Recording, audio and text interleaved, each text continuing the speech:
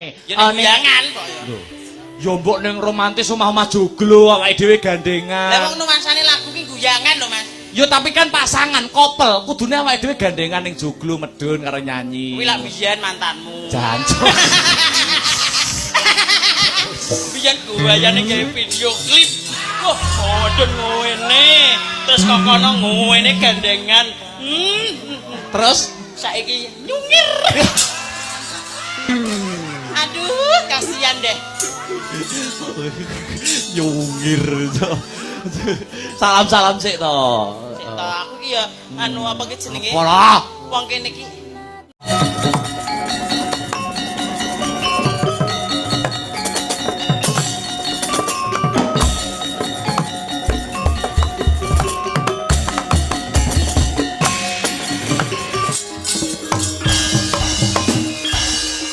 Koro tandang risang bayu siwi Ore tunggul manembah angler boyo kuntap Ore tunggul manembah angler boyo kuntap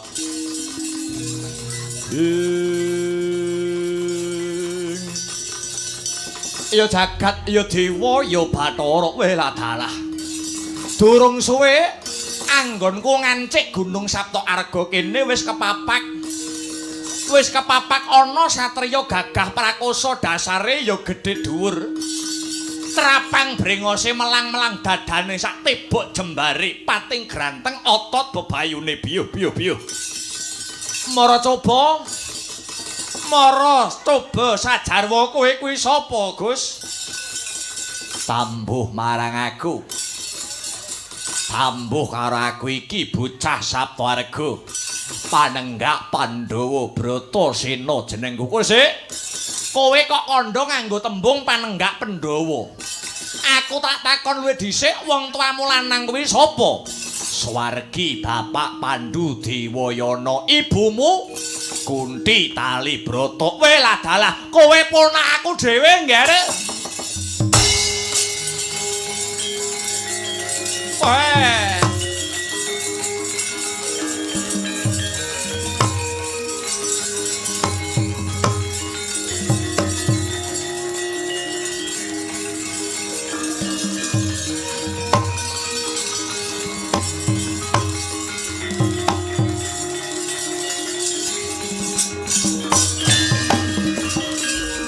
Musik dasarmu apa? Dasarmu apa wadonmu apa nganggep Bratasena kuwi ponakan. Ngene ya nggih. Sumurupa biyen Prabu Kunti Boja kuwi duwe putra cacahe ana 4 ingkang pembarep ya iki Koko Prabu Basudewa, angka 2 Kunti Talibrata, angka 3 Paman Maria Prabu Rukma ya Bismaka. Lan ingkang pungkasan utawa sing wragil bocah Lesanpura jenenge Ugrasena ya aku iki Bratasena. Lah banjur duwe sedya kang ngendi kowe munggah ana Gunung Saptaarga kene. Kowe sik sak ngertiku wong tuamu kekarone kuwi priyayi kang nengenake babagan tata krama. Weruh ing Subasita lan ora ninggalake sing jenenge Yudha Negara. Ning nyatane kok mudhun karo anake lanang. Kenang apa kok ora bisa tata basa sing prayoga Bratasena? Ketitik barang kowe wis weruh dhewe mbok menawa ta kowe kuwi ponakanku. Ning kenang apa? Kenang apa kowe ora basa? Kowe isih ngoko nyang pamanmu aku Ugrasena, karepmu piye Bratasena? Wiwit cilik wiwit biyen mula aku wis ora bisa basa marang sapa wae. Pancen lagak lagon lagu lagean solah sloga munamunine Bratasena ya pancen kaya mangkene wiwit biyen nganti tekan saiki. Kowe sik dadi pancen kowe ora iso basa. Siji basa ping pindho sembah ndodhok Bratasena ora iso. Oh iya. Yen pranyata lagak lagon lagianmu kaya mangkono bener. Bratasena piye? Kowe upama tak adu perang ngono wani apa ora? Wani wae. Kowe dadiya jagoku. Dadiya jagone Ugrasena. Makili kasepuh negara Mandura ingkang bakal tak tandingake lawan jago Kanoman Sengkapura. Ya kuwi Patih Suratri Mantra. Kowe wani apa ora, Bratasena? Aku ora tau duwe rasa wedi. Waton Bratasena isih lumaku ana dalaning kautaman. Bratasena isih lumaku ana dalaning bebener. Bakal tak kurbanake nyawaku nganti tetes getihku ingkang pungkasan. Bagus. Kendel tenan kowe Bratasena. Pancen wis sakterepe yen kowe mbelani bumi Mandura. Merga ibumu Kunti Talibrata kae wutah getih ya saka bumi Mandura. Mula saka iku Bratasena ora sandadak kesuwen ayo tak kanthi tak gandeng tanganmu. Tumuju mring alun-alun negara Mandura. Tumuju mring alun-alun negara Mandura nganggo tekad sinatriya. Belanana wong Mandura.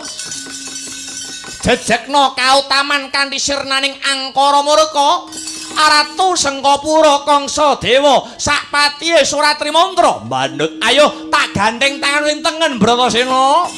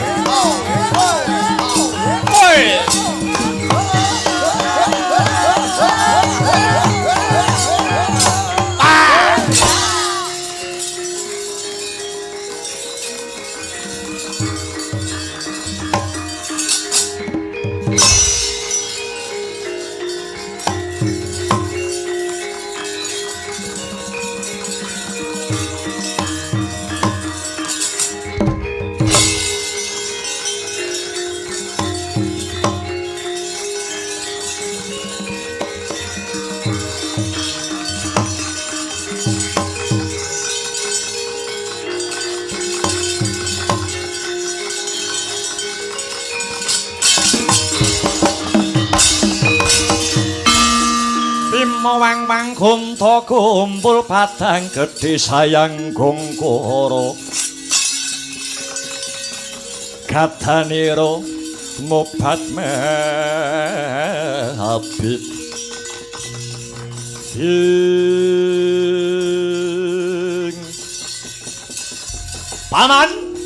paman Ugrasena paman nggih kados pundi nggih anak angger kangsa dewa. Menapa kasepuhan nagari Mandura pun entuk jago? Sampun nggih sampun. Punika ingkang wonten wingking kula menika. Jago saking kasepuhan nagari Mandura. Jenenge sapa? Kula aturi ndangu piyambak nggih. Hei, wong gedhe dhuwur ireng. Sapa tati jenengmu?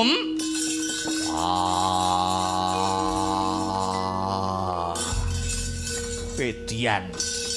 Lagi ngereng wis kaya gempa bumi.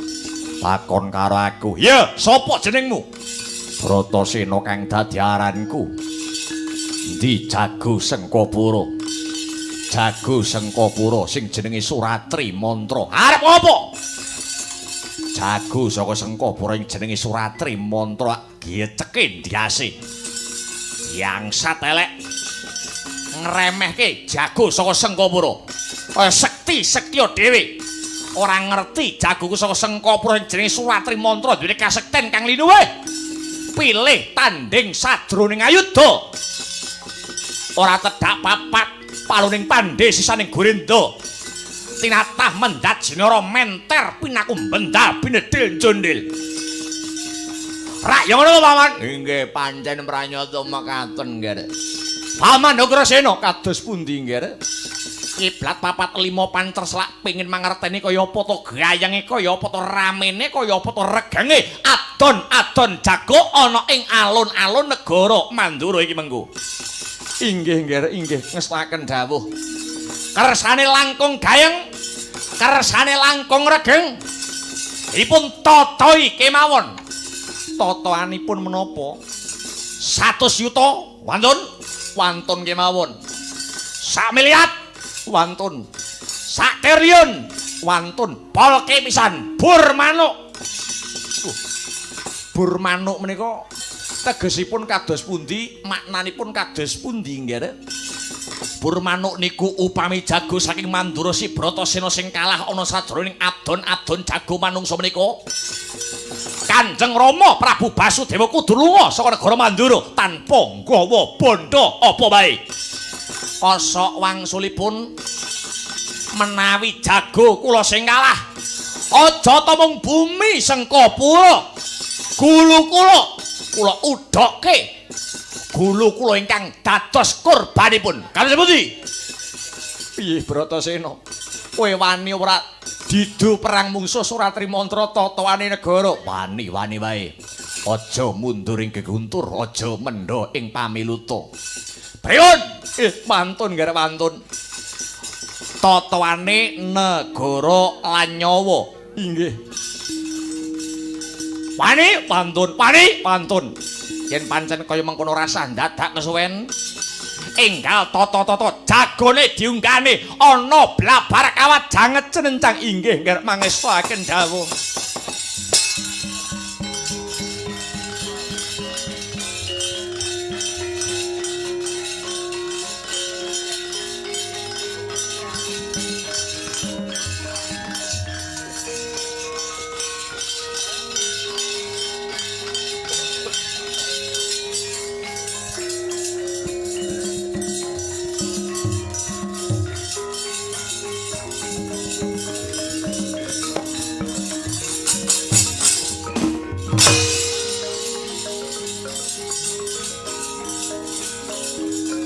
Munggah blabar kawat janget cenencang. Wah, gembelo pacake bocah kae. Wah! Wah! Woi!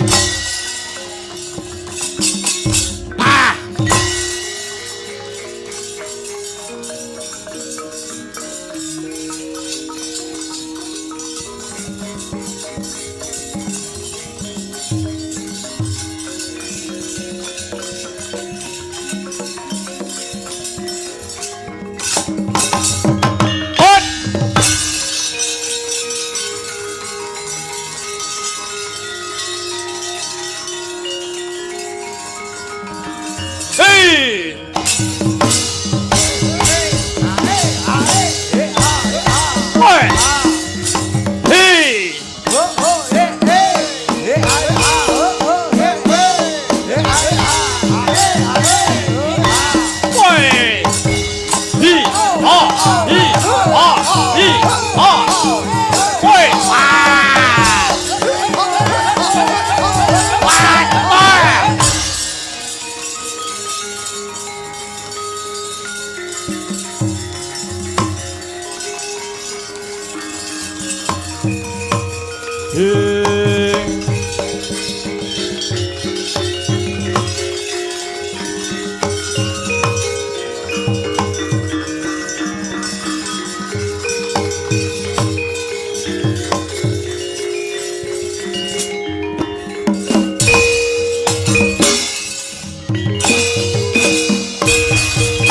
Srumah wahyut sang ya sendra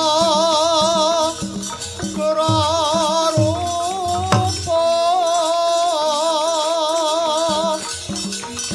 mangsa kati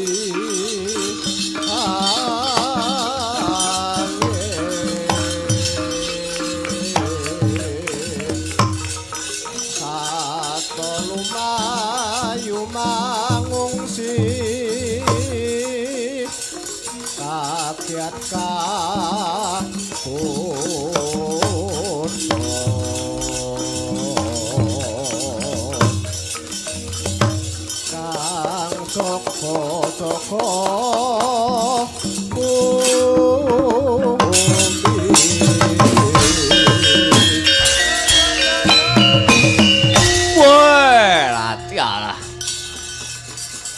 sapa mau jenengmu?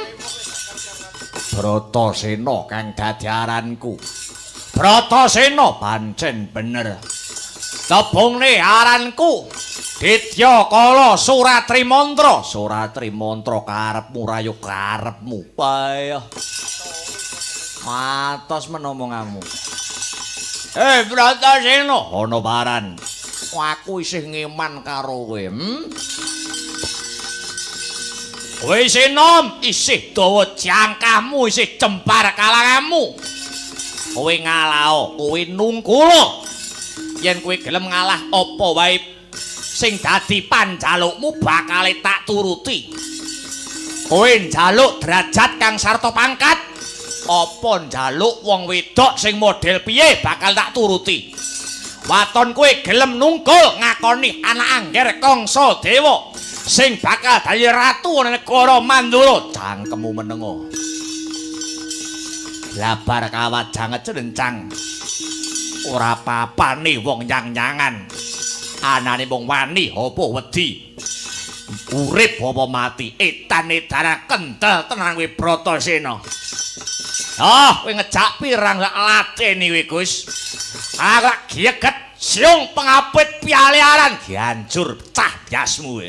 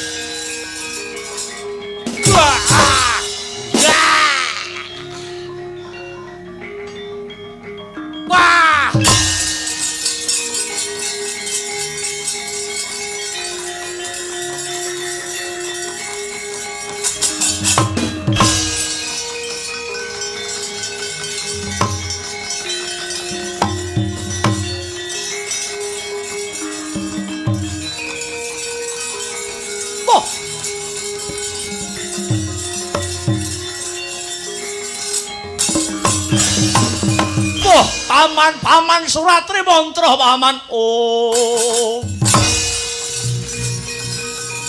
Wah.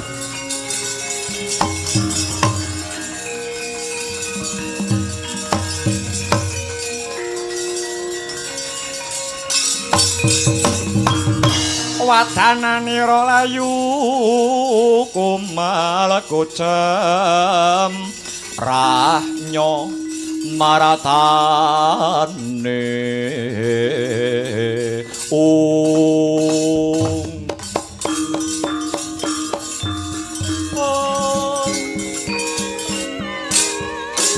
Waduh Paman Suratri Mantra aku ora nduga mono. Kowe wis tumekaning pati, Paman Suratri Mantra. Kangsa Dewa ora narimakake lelakon iki. Hei, Bratasena. Jagone kalah botohe sing maju bangsat eleke.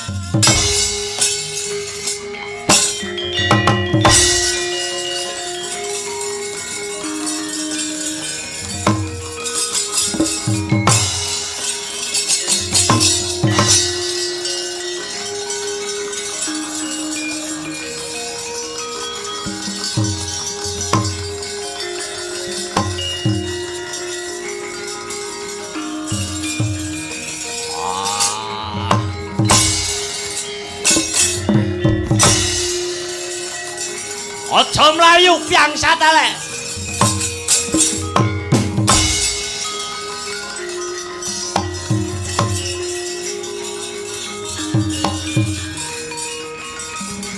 Woi,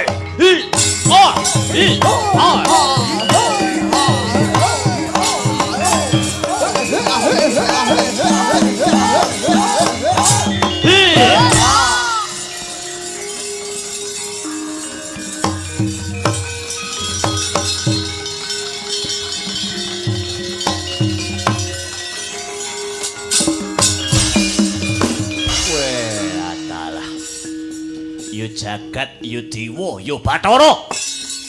Piye. Kuwi tek enek wong ayu kaya ngene iki. Ning ngarepku kok kaya nek wong ayu tek merusuh kaya ngene.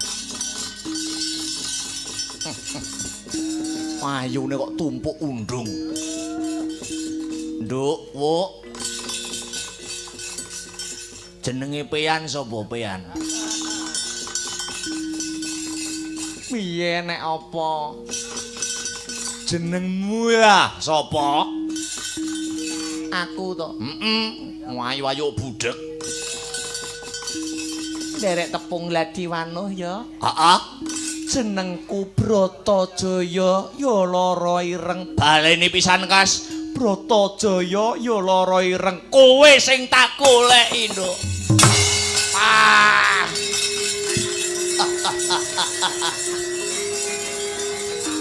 Woi.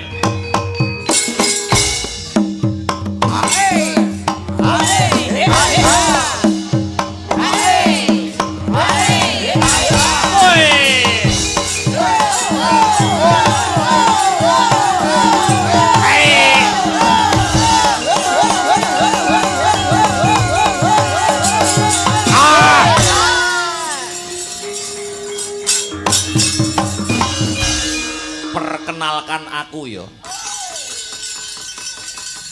Tebungne aku Ratu Sengkapura Dipati Baswara Kangsa. Ya Jaka Maruta.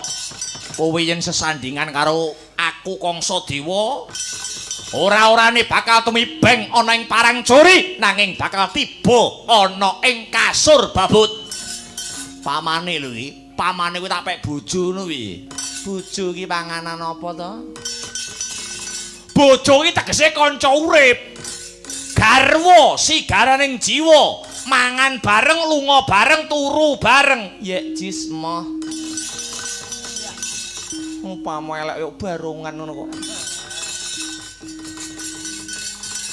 Kowe mok karo aku nak mergo rung kulina gitu. Mula dikulinakne.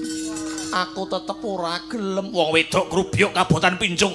Kowe ora sandadak kesuwen gelem ora gelem ing Ripalungguhan iki kowe kudu dadi bojone Kangsa. Neng ndi? Lah kok lunga piye lho?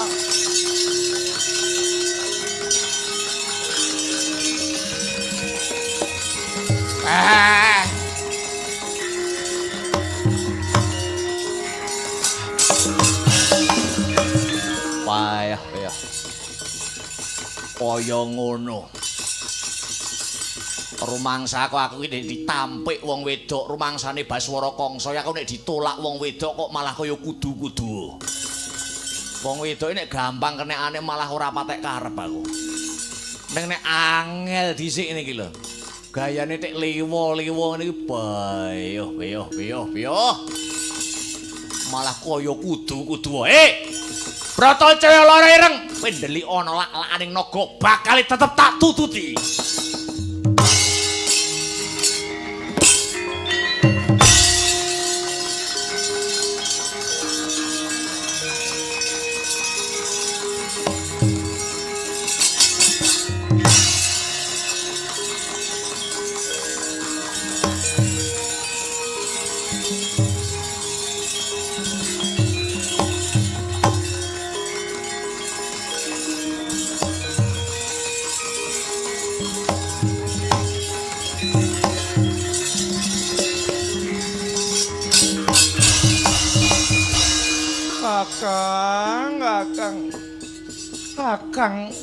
Kakang Kokrasana.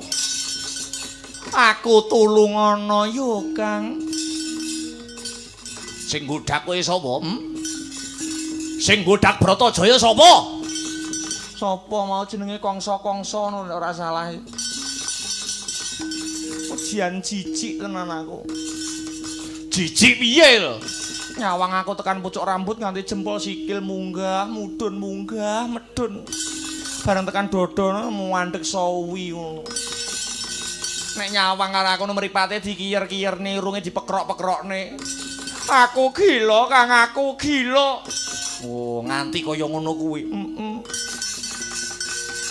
Aku tulungana yo, Kakang Kokrasana. Aku arep dirabi, aku urung pengen rabi. Jenenge Kangsa Dewa. Ngaliyo lak diadiakane dina iki.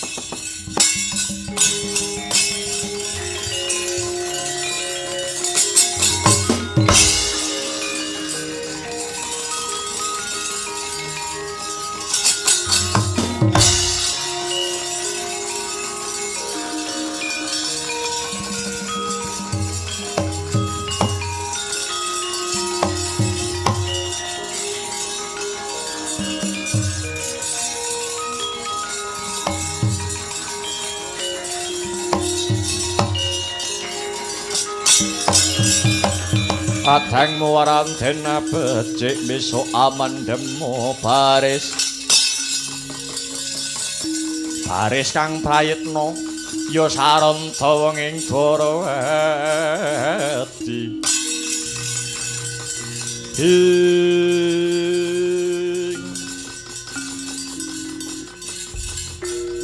Bratajaya iki Kakang Narayana iya.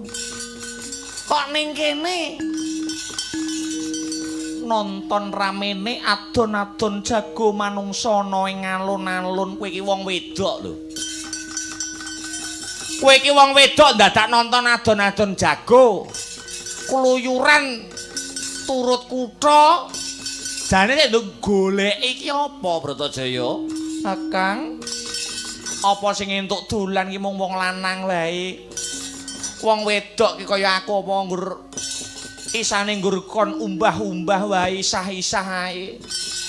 Ngono kuwi jenenge ora adil, ngono kuwi jenenge ora adil. Kabeh kuwi lanang lan wedok duweni hak kang sarta kewajiban. Hak kang sarta kewajibane kuwi padha. Mula yen nganti aku tekan kene aku aja nduk dukani, aku aja nduk seneni yo, Kang. Ngoseklah Kakang Narayana iki mau. Kakang Narayana iki mau janjane bubar saka ngendi? Kok angger metu karo Kakang Udawa mesti kluyuran ora cetha sing dituju iki lho. Kok ora cetha sing dituju piye to iki? Kakangmu iki bubar wae Puruhita, ngono. Mring Begawan Padmanaba.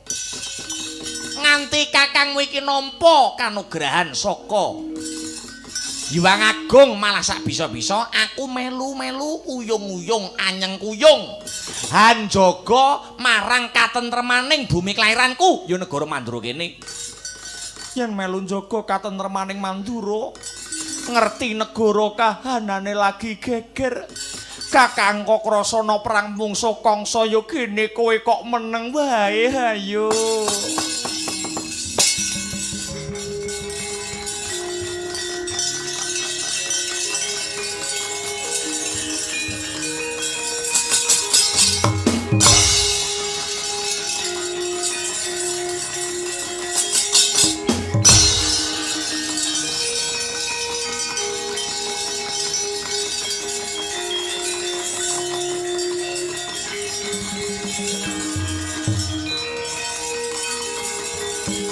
Woi, lah dalah iki menungsane.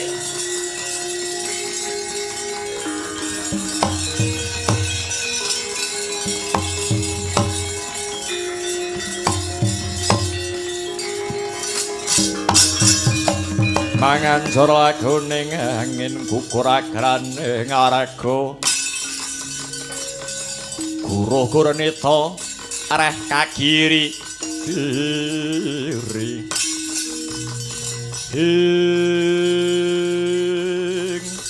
Nitik saka pekulitane. Ora pangling kowe Kakrasana. Ya, pancen bener aku Kakrasana bocah Widara Kandang. Aku wis mudeng. Kowe iki calon ratu sing bakal calone sinengkakake aluhur dadi ratu ana ing negara Mandura. Mula nganti tak ewangi aku duwe gagasan ngenengake wujuding adon-adon jago menungso iki. Mung bakale kepengin adu arep karo dedapuramu. Ayo. Kowe nungkula. Kowe nungkula. Manuk tak bondo, tangan tak srimpung sikilmu. Tak srimpung siwak lakon tak pocok gulumu sadurunge kowe dadi ratu ana ing negara Mandura. Manuta adimu wedok sing jenenge Bratajaya ya sila rireng dadi kukubaning Kangsadewa. Kowe lah dalah. Ya jagat Dewa Bathara wasisaning Bathara jagat. Blawanan anggone ngucap arep ngukup adiku Bratajaya. Sembodo kowe ngukup adiku wadon. Sembodo kowe ngukup adiku wadon. Lamun wis bengkah diadane hilang nyawane Kakrasana. Ngecak pirang jelak lateni kowe.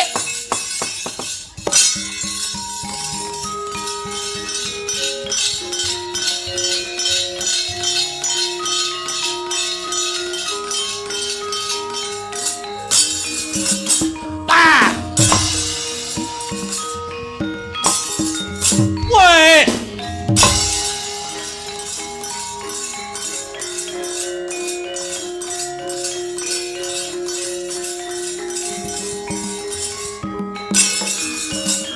Woi. Wah. Ya.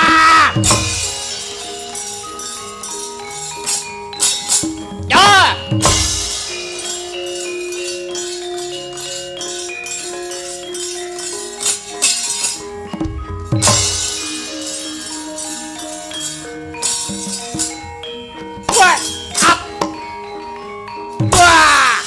Cepot tiat jamu kowe. Wah, pat kicialuk anu. Wah, wah, yoi.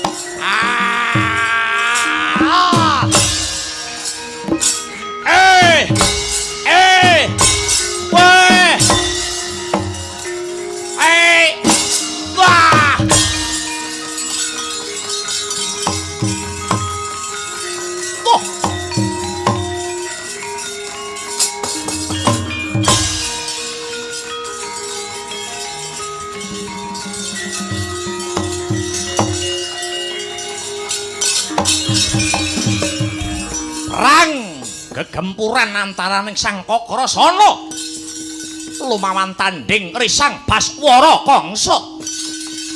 Saking katebian Risang Narayana mulat ingkang ngraka sajak kasesering jurit arsa den angkah patinira dening Risang Kangsa Dewa.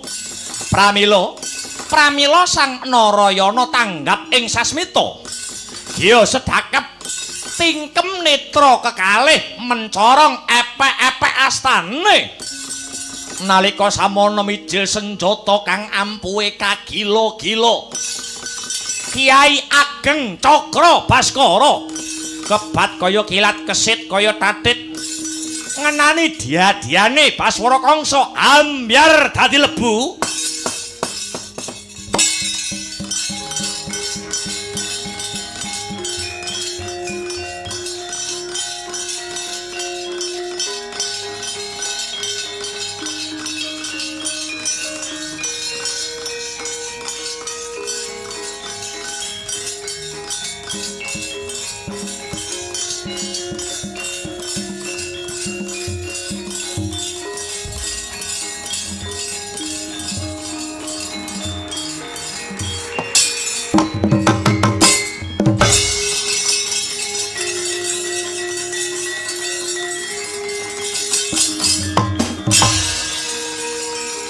Obong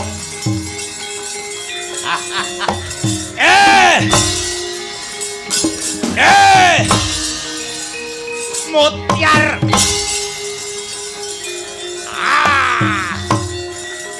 ayo Sambato Putio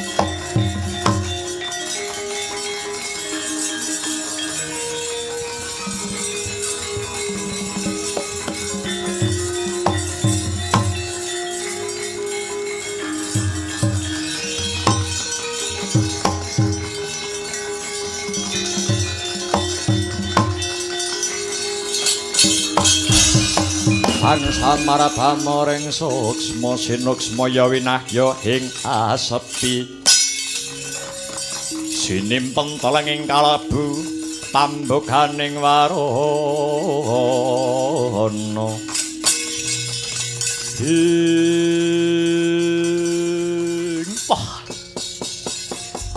ngaturake gedene rasa tarima kasih marang adikku sing banget ndak tresnani Narayana.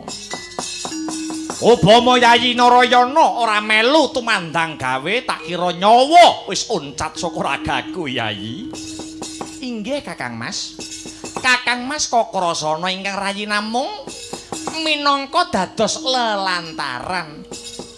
Sayektinipun ingkang paring pitulung dumateng Kakang Mas Kakrasana menika awit saking daya panguwasanipun zat ingkang murweng zat.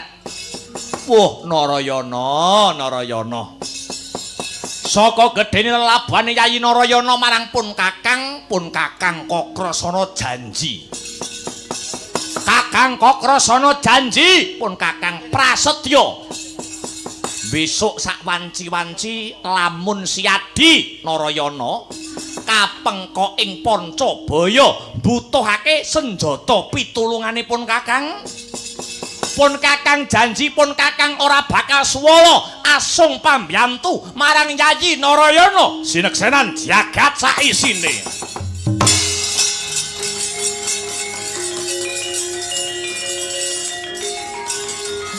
Thank